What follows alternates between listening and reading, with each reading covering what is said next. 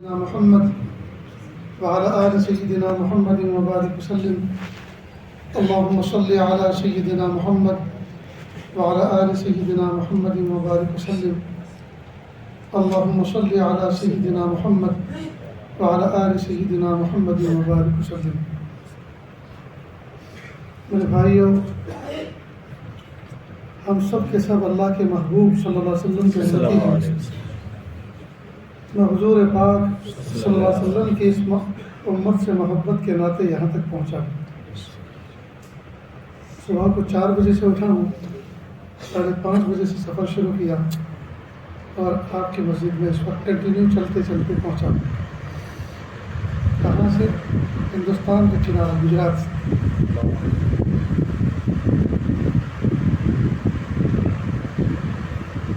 مقصد زندگی اللہ کی بندگی اور مقصد حیات اللہ تعالیٰ کی یاد.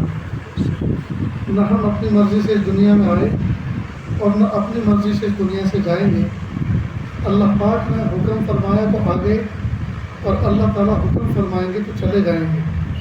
نہ آنے میں ہماری مرضی کا کوئی دخل، نہ جانے میں ہماری مرضی کا کوئی دخل. جب معاملہ اس طرح کا ہے تو بیچ کی جو زندگی ہے، پیدائش سے لے کر وفات تک، یہ بھی ہم اللہ کی مرضی کے مطابق گزاریں.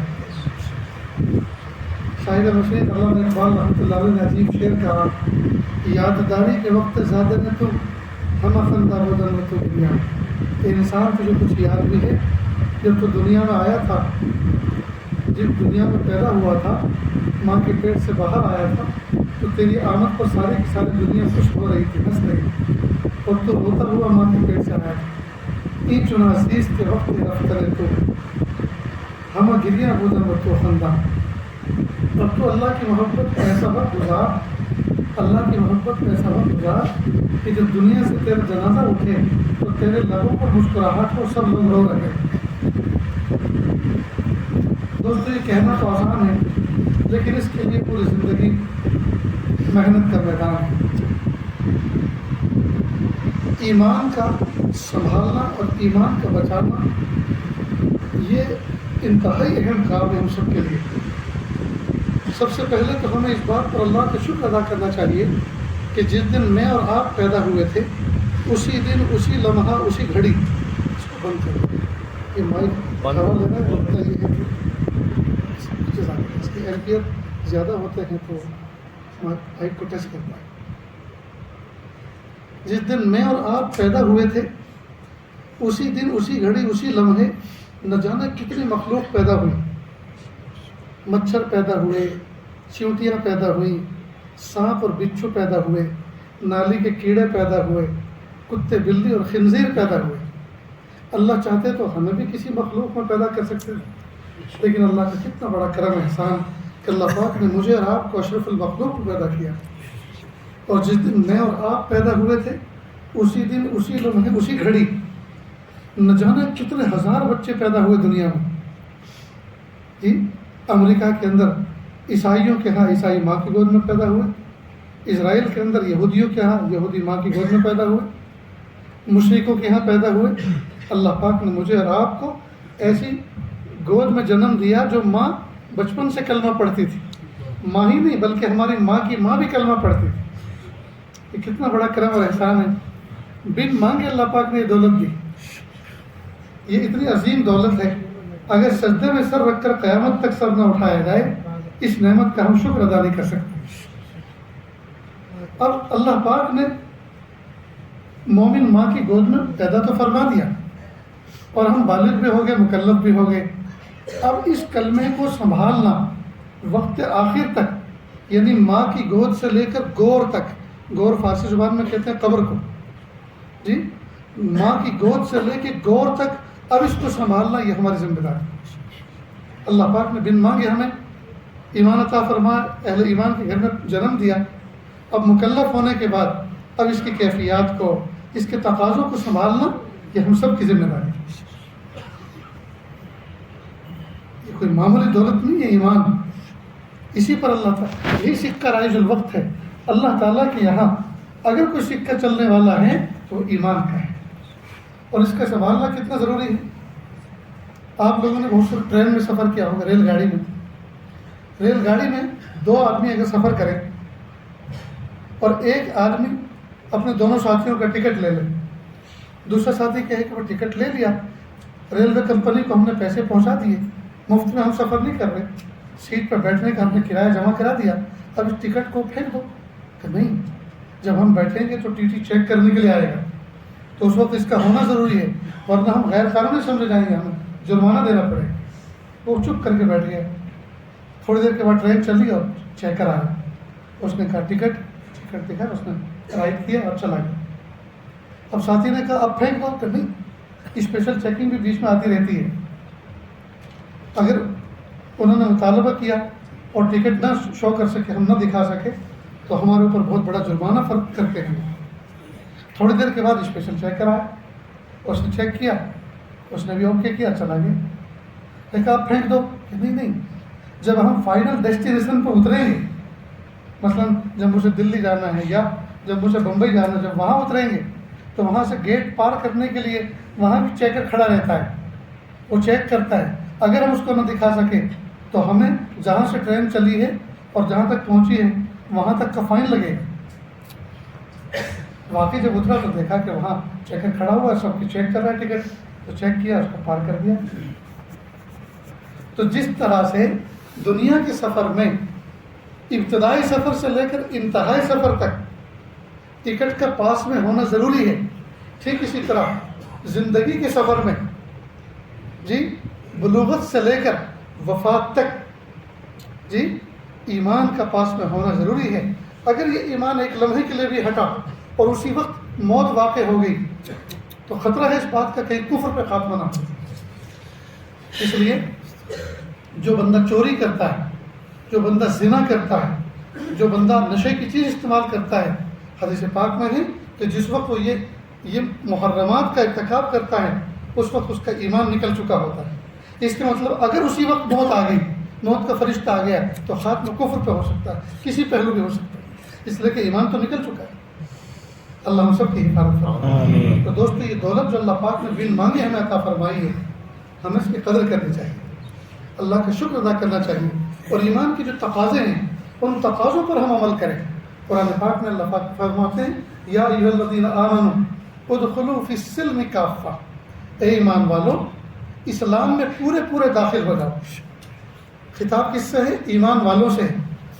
یعنی کن لوگوں سے؟ جو پہلے سے اس بات کو مانتے ہیں اللہ ایک ہے، رسول اللہ صلی اللہ علیہ وسلم کے بعد کوئی نبی نہیں، ختم النبیین، ختم نبوت کا بھی عقیدہ رکھتے ہیں اور اللہ کی توحید کا بھی عقیدہ رکھتے ہیں. یہ ہے ایمان والے. ان ایمان والوں سے خطاب کیا ہے؟ ادخلوا فی السلم کافہ، اسلام میں پورے داخل ہو جاؤ. معلوم ہوا ایمان الگ چیز ہے اور اسلام کے تقاضے الگ چیز ہے. اب مطالبہ ہو رہا ہے کہ اسلام میں پورے داخل ہو جاؤ. معلوم ہوا کلمہ پڑھ کر اور ختم نبوت کا عقیدہ لے کر یقیناً یہ نجات کے لیے اتنا بھی کافی ہے، لیکن اللہ تعالیٰ نے جو احکام دوسرے دیے ہیں، نماز پڑھنا، زکوٰۃ دینا، حج کرنا، اللہ تعالیٰ نے جو حقوق ہمارے ذمہ اور رکھے ہیں، جو پورا اسلام ہے ٹوٹلی، اگر ہم اس پر عمل نہیں کریں گے تو جہنم میں سزا بھگت کر اس کے بعد سب سے آخر میں بھی اگر جنت میں گئے، سب سے آخر بھی، تو دنیا سے 10 گنا بڑی جنت پائیں گے ایمان اور عقیدہ توحید اور رسالت کی سلامتی کی وجہ سے.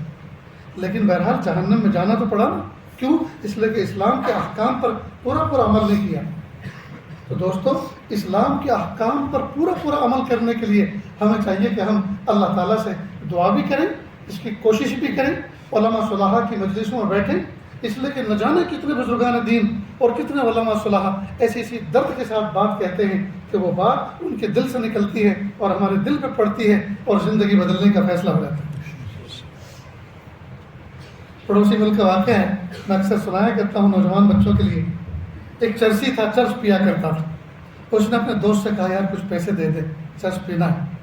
تو کہا دیکھ، کھانے کے لیے پیسے دے سکتا ہوں لیکن چرس کے لیے نہیں. تو کہا یار کھلانے کی ذمہ داری تو کسی اور نے لے رکھی ہے، تو چرس کے پیسے دے دے.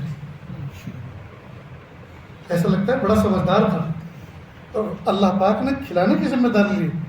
گندے شوق پورا کرنے کی ذمہ داری تو نہیں لی، اس نے تو حرام قرار دیا. کہا کھلانے کی ذمہ داری تو کسی اور نے لے رکھی ہے، تو مجھے چرس کے پیسے دے دے.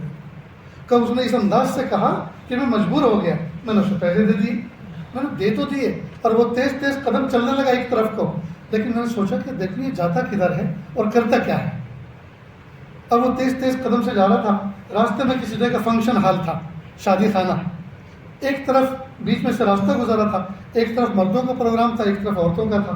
مردوں والے حصے میں کھانا پک رہا تھا، تیار ہوا تھا، اور عورتوں والے حصے میں سپلائی کیا جا رہا تھا. ایک نوجوان بڑی سی ٹرے کے اندر بریانی لے کر وہ جا رہا تھا، ٹھوکر لگی روڈ کے کنارے پر، وہ ٹرے پوری کی پوری گر گئی. اب اس نے اپنے کپڑے جھاڑے، ٹرے بھی وہیں جھاڑی، اور دوبارہ فریش لینے کے لیے گیا. اب یہ چرسی وہیں بیٹھ گیا، ایسے بھوک لگی ہوئی تھی، وہیں بیٹھ کر وہ جو ڈھیر بریانی کا پڑا ہوا تھا اوپر کی جو تھی فریش بالکل، اب اس نے اس پہ سے کھانا شروع کر دیا. کھاتے کھاتے اس نے کہا مجھے دیکھا، میں پیچھے کھڑا تھا، تو اس نے عجیب بات کہی تو اس کو میں زندگی میں کبھی بھلا نہیں سکتا. اس نے بات کیا کہی، وہ کھلاتا تو ہمیشہ برتن ہی میں ہے، لیکن آج کل ذرا آمدن چل رہی، آج کل اس سے ذرا آمدن چل رہی. اور ہاں وہ کریم اتنا ہے، بھوکا غصہ چاہے جتنا ہو جائے بھوکا کبھی نہیں سنا. وہ کریم اتنا ہے، غصہ چاہے جتنا ہو جائے بھوکا کبھی نہیں سنا. واقعی دوستوں ہم بھوکے اٹھتے تو ہیں لیکن بھوکے سوتے نہیں. اللہ نے کچھ نہ کچھ کھلاتے ہیں. تو جو رب ہمارا اتنا کریم ہے، اور پھر ہم اس کی نمک حرام کریں، پھر ہم اس کی باتوں کو نہ مانیں، جو چیزیں حلال کہی ہیں وہ استعمال نہ کریں، اور جو حرام جن کو کیا ہے اور ان کو استعمال کرتے پھریں، یہ کتنی بڑی نمک حرامی کی بات ہے دوست، کتنی بڑی نمک حرامی کی بات ہے. ایک آدمی کسی آڑے موقع پر ہمارے کام لگ گیا، کسی دکھ درد کے موقع پہ کام لگ گیا، تکلیف کے موقع پہ کام لگ گیا، زندگی بھر اس کو سلام کرتے ہیں، اور اگر گود میں نواسا ہے، پوتا ہے، اس کو بھی کہتے ہیں بیٹا میں اگر مر بھی جاؤں یہ انکل کا، یہ نانا کا یا دادا کا رشتہ بتا کر، یہ چچا کا کبھی احسان مت بھولنا، یہ ہمارے بڑے محسن ہیں، ہمیشہ ان کی خدمت کرنا، ہمیشہ ان کا احسان. 2-5 روپئے کی مدد کسی زمانے میں اس نے کر دی تھی تو زندگی بھر اس کا احسان. اور جس رب نے ہمیں گرم گرم لقمے کھلائے، میٹھی میٹھی نیند سلایا ہے، ٹھنڈا ٹھنڈا پلایا ہے، اس رب کا کوئی احسان نہیں، اس رب کا ہم کوئی احسان نہیں مان رہے. دوستو بڑی نمک حرامی پہ ہم اترے ہوئے ہیں. اللہ تعالیٰ سے ہم سچی توبہ کریں، ہم اللہ تعالیٰ سے سچی توبہ کریں. میں تو حیران ہوتا ہوں، میں کئی مرتبہ میرا قیام ایسے علاقوں میں ہوتا ہے، انٹیریئر میں، دیہاتوں میں. خود میں بھی ایک ایسے مقام پہ گجرات میں رہتا ہوں جہاں دائیں بائیں بہت سے غریب لوگ بستے ہیں، اور کئی مرتبہ میرا قیام سفر میں ایسی جگہوں پہ ہوتا ہے جہاں لوگ پہاڑوں پر جھوپڑوں میں رہتے ہیں. تو کئی مرتبہ ایسا ہوتا ہے کہ بوڑھا آدمی جھوپڑی میں رہنے والا غریب آدمی، میں بہت لمبا نہیں کروں گا انشاءاللہ، 2-5 منٹ میں اپنی بات کو کنارے کروں گا کیونکہ مغرب سے لے کے مسلسل آپ بیٹھے ہوئے ہیں. تو غریب آدمی کھانے کے لیے بیٹھتا ہے تو کتا پیر پسار کر اس کو ٹک ٹکی باندھ کے دیکھتا رہتا ہے صبر کے ساتھ. وہ اس پہ ترس کھاتا ہے اور ایک سوکھی روٹی کا ٹکڑا اس کو بھی ڈالتا ہے، تو وہ کتا اس کو کھاتا ہے، بہتا ہوا چشمے کا پانی پی کر پھر واپس اسی دروازے پہ آ کے بیٹھ جاتا ہے. شام ہوتی ہے، جھوپڑی کا مالک اپنا دروازہ بند کرتا ہے اور سو جاتا ہے، لیکن کتا رات بھر جاگ کر پہرا دیتا ہے، میرا محسن مجھے روٹی کا ٹکڑا دینے والا اس جھوپڑی میں رہتا ہے. لہذا خبردار، اگر کوئی آدمی برے ارادے سے، بری نیت سے ادھر کو آیا اور میرے مالک کو، میرے محسن کو تکلیف پہنچانا چاہا تو وہ میرے غضب کا شکار ہوگا. کتا پوری رات جاگ کر پہرا دیتا ہے. دیکھیے ایک کتا سوکھے ٹکڑے کے شکر میں، سوکھے ٹکڑے کے شکر میں پوری رات جاگ کر اپنے مالک کا پہرا دیتا ہے. میں نے اور آپ نے اللہ کی کروڑوں تر لقمے کھائے ہیں. کیا کبھی عشاء کے وضو سے فجر کی نماز پڑھی؟ کبھی عشاء کے وضو سے اور فجر کی نماز تک بیٹھے ہیں مسجد میں، سجدے میں پڑے رہے ہیں؟ اللہ میں آپ کا شکر ادا کرتا ہوں، آپ نے مجھے جوانی دی. اللہ میں آپ کا شکر ادا کرتا ہوں، میرے ماں باپ کی مجھے آنکھوں کی ٹھنڈک بنایا. اللہ آپ کا شکر ادا کرتا ہوں کہ آپ نے مجھے دل بہلانے والی حلال بیوی عطا فرمائی، آپ نے آنکھوں کی ٹھنڈک مجھے اولاد عطا فرمائی، حلال روزی کا ذریعہ مجھے عطا فرمایا. اللہ آج کی رات شکر کی رات، آج کی رات سجدے کی رات، آج کی رات دعا کی رات، آج کی رات رکوع کی رات، آج کی رات تلاوت کی رات. کبھی ہم نے کوئی ایسا معاملہ طے کر کے اللہ کا شکر ادا کرنے کی کوشش کی؟ ہائے، کتا جیت گیا اور ہم ہار گئے. ایک کتا جیت گیا اور ہم ہار گئے. کتا اپنے مالک کا فرما بردار نکلا، کتا اپنے مالک کا شکر گزار نکلا اور ہم اپنے مالک کے بڑے بے وفا نہیں ہیں۔ میرے بھائی آئیے آج اللہ تعالیٰ سے عہد کریں اس بات کا، میرے پیارے رب جیسی گزر گئی اس پر ہم آپ سے سچے دل سے معافی اور توبہ کرتے ہیں، معافی چاہتے ہیں۔ اللہ آنے والی زندگی کو گزری ہوئی زندگی کا کفارہ بنا دیجیے، آنے والی زندگی کو گزری ہوئی زندگی کا کفارہ بنا دیجیے۔ میرے پیارے اللہ آنے والے ایام کو گزرے ایام سے بہتر بنا دیجیے۔ میرے بھائیوں اللہ پاک نے کتنے پیارے پیارے چہرے آپ کو عطا فرمائے، کیسی پیاری اللہ پاک نے آپ کو صحت عطا فرمائی، لیکن ہم نے اپنے پیارے رب کے ساتھ میں کیا معاملہ کر رکھا؟ نمازیں پڑھتے ہیں جی، پوری نماز میں ہم غافل رہتے ہیں، یہی پتہ نہیں چلتا امام نے پہلی رکعت میں کیا پڑھا، دوسری رکعت میں کیا پڑھا، 20 رکعت کی تراویح ہم پڑھ جاتے ہیں اور یہی پتہ نہیں چلتا کہ امام کون سی رکعت میں سفر کر رہا ہے، اور جب وہ 20 رکعت مکمل کرنے کے بعد اختتام تراویح پر دعا کرتے ہیں تب پتہ چلتا ہو اس کے بعد اب وطر 20 ختم ہو گئی۔ لگتا یہ ہے جیسے فلائٹ ہمارے خیالات کی اڑ رہی ہو اور 20 رکعت پہ اس نے لینڈنگ کی ہو۔ میرے بھائیو یہ تو مومن کی شان نہیں ہے۔ اللہ کے محبوب صلی اللہ علیہ وسلم نے ہمیں تو بڑا پیارا دین، توجہ والا دین عطا فرمایا، ہمیں توجہ والا اسلام عطا فرمایا، توجہ والی تعلیمات عطا فرمائی تھی، پر ہمارا کیا حال، ہمارا حال کتنا برا ہو چکا ہے، ہمارا اپنے پیارے اللہ سے کتنا رب اور اللہ تعالیٰ سے رشتہ کتنا کمزور ہو چکا ہے، کتنا کمزور ہو چکا ہے۔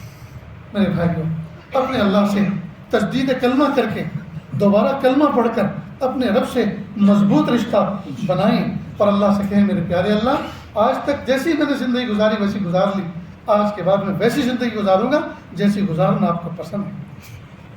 جی تو اسلام کی ڈیفینیشن یہ ہے اللہ تعالیٰ کے حکموں پر عمل کرنا حضور پاک صلی اللہ علیہ وسلم کے طریقے کے مطابق۔ اسلام کی ڈیفینیشن کیا ہے؟ اللہ تعالیٰ کے حکموں پر عمل کرنا حضور پاک صلی اللہ علیہ وسلم کے طریقوں کے مطابق۔ تو جب ہمیں اللہ کا حکم معلوم ہو گیا بس یہ اب تلاش کرو رسول اللہ صلی اللہ علیہ وسلم کا طریقہ کیا ہے اس کو ادا کرنے کا، بس اس طریقے سے اپنی زندگی گزارو، پھر دیکھو زندگی کی بہار کیسی آتی ہے دوست۔ اللہ تعالیٰ سے دعا ہے اللہ تعالیٰ ہم سب کو ایسا بنا دے ہم اللہ کو پسند آ جائیں۔ دعا کر لیں۔ ابھی ٹائم 25 منٹ اور ہے۔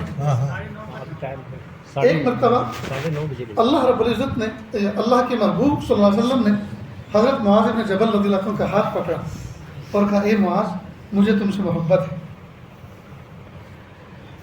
اے معاذ مجھے تم سے محبت ہے۔ جب یہ بات کہی حضرت معاذ بن جبل رضی اللہ عنہ نے فوراً فرمایا اے پیارے آقا صلی اللہ علیہ وسلم مجھے بھی آپ سے محبت ہے۔ دیکھیے ساری دنیا کے صحابہ اللہ کے نبی صلی اللہ علیہ وسلم سے محبت کا دعویٰ کرتے تھے اور کرنا ہی چاہیے، یہاں معاملہ الٹا، پیارے آقا صلی اللہ علیہ وسلم اپنے صحابی سے فرما رہے ہیں مجھے تم سے محبت ہے۔ کتنے خوش قسمت صحابی تھے۔ تو انہوں نے پلٹ کے کیا جواب دیا؟ پیارے آقا صلی اللہ علیہ وسلم مجھے بھی آپ سے محبت ہے۔ بات ہو گئی دونوں طرف سے۔ پھر اللہ کے محبوب صلی اللہ علیہ وسلم نے فرمایا اسی محبت کی وجہ سے میں تم کو ایک نصیحت کرتا ہوں، جو کلمات میں بتانے جا رہا ہوں ہر نماز کے بعد ان کو پڑھنا بھولنا مت۔ اب یہ تحفہ دیا جا رہا ہے، جب دو دوست ہوتے ہیں محبت کا اظہار ہوتا ہے تو محبت میں ایک دوسرے کو گفٹ دیتے ہیں نا، تو آقا صلی اللہ علیہ وسلم اپنے پیارے صحابی کو ایک گفٹ دے رہے ہیں، اور جب کوئی پیارا ہوتا ہے اپنے پیارے کو گفٹ بھی تو بہت پیارا دیتا ہے نا۔ تو کائنات میں اللہ کے نبی صلی اللہ علیہ وسلم جیسا کوئی پیارا ہو سکتا ہے؟ اللہ کے بعد ہرگز نہیں۔ تو اللہ کے نبی صلی اللہ علیہ وسلم نے اپنے پیارے کو جو گفٹ دیا وہ بھی بہت پیارا ہے، میں بھی اپنے پیاروں کو وہ گفٹ دے رہا ہوں۔ اللہ کے نبی صلی اللہ علیہ وسلم نے کیا فرمایا؟ ہر نماز کے بعد یہ الفاظ پڑھنا بھولنا مت۔ معلوم ہوا کوئی معمولی چیز نہیں ہے، کوئی بہت بڑا تحفہ دیا جا رہا ہے، تبھی تو تاکید کے ساتھ کہا جا رہا ہے ان الفاظ کو پڑھنا بھولنا مت۔ تو الفاظ کیا ہیں؟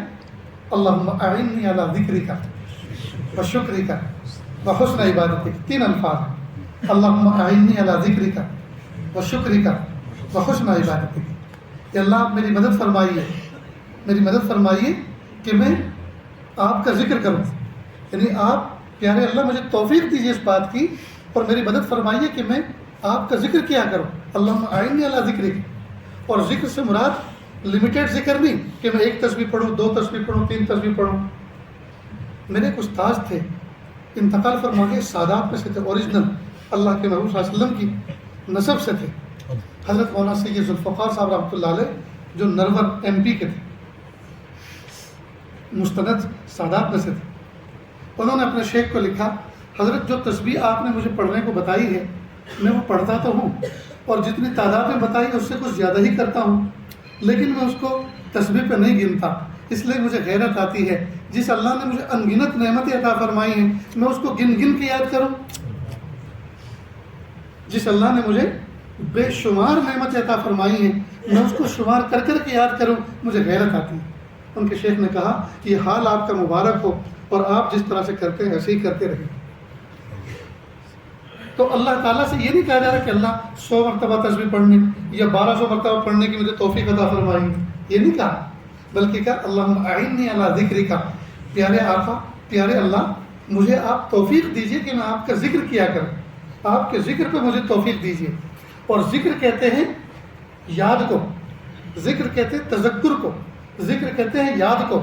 تو یاد لمیٹیڈ، اگر کوئی یاد ہو تو وہ کوئی یاد ہے بھائی؟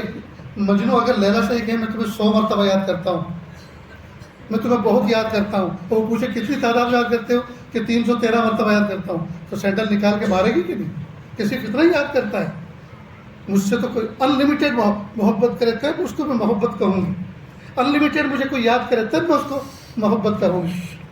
تو گویا سوال یہ کیا جا رہا ہے پیارے اللہ مجھے ذکر کی توفیق عطا فرمائیے، یعنی میں آپ مجھے ایسے یاد کی توفیق دیجیے دل میں کہ میں آپ کو بھولنے نہ پاؤں، ہر حال میں، اپنوں میں ہوں، پرائے میں ہوں، تنہائی میں ہوں، جلوت میں ہوں، خلوت میں ہوں، کام میں ہوں، جی کسی بھی حال میں ہوں، میں ہر وقت آپ کو یاد رکھوں۔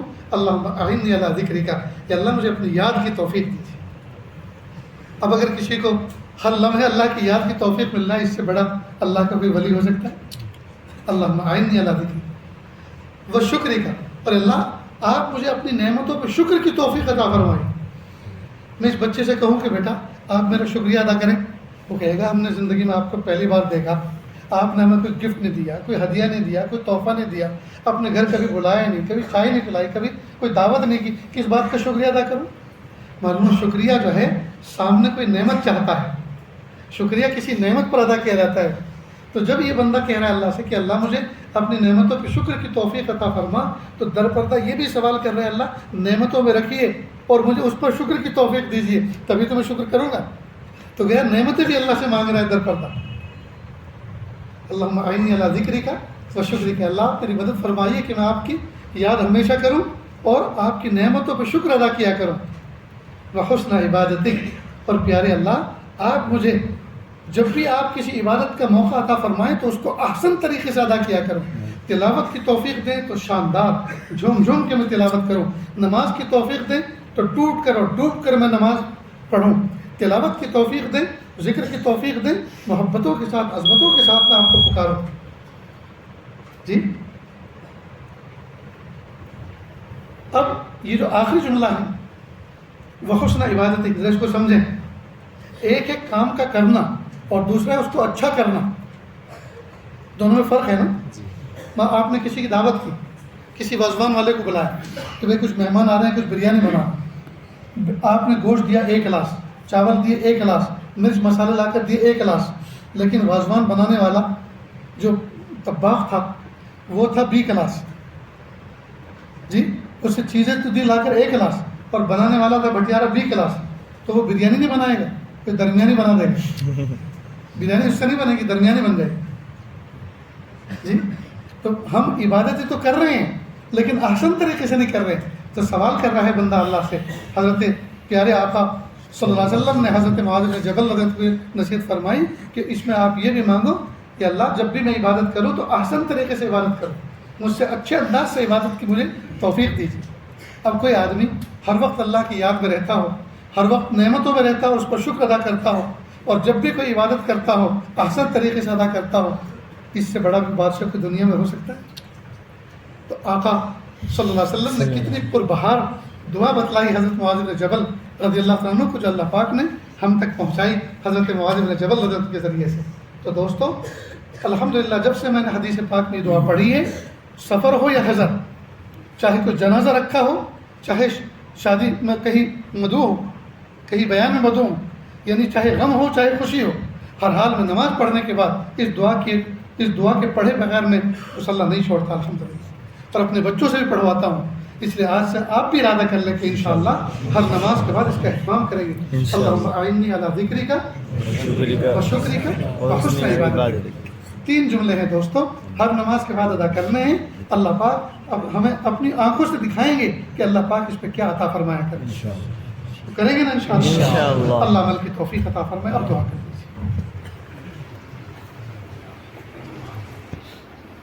بسم اللہ الرحمن الرحیم۔ لا احصی ثناء علیک انت کما اثنیت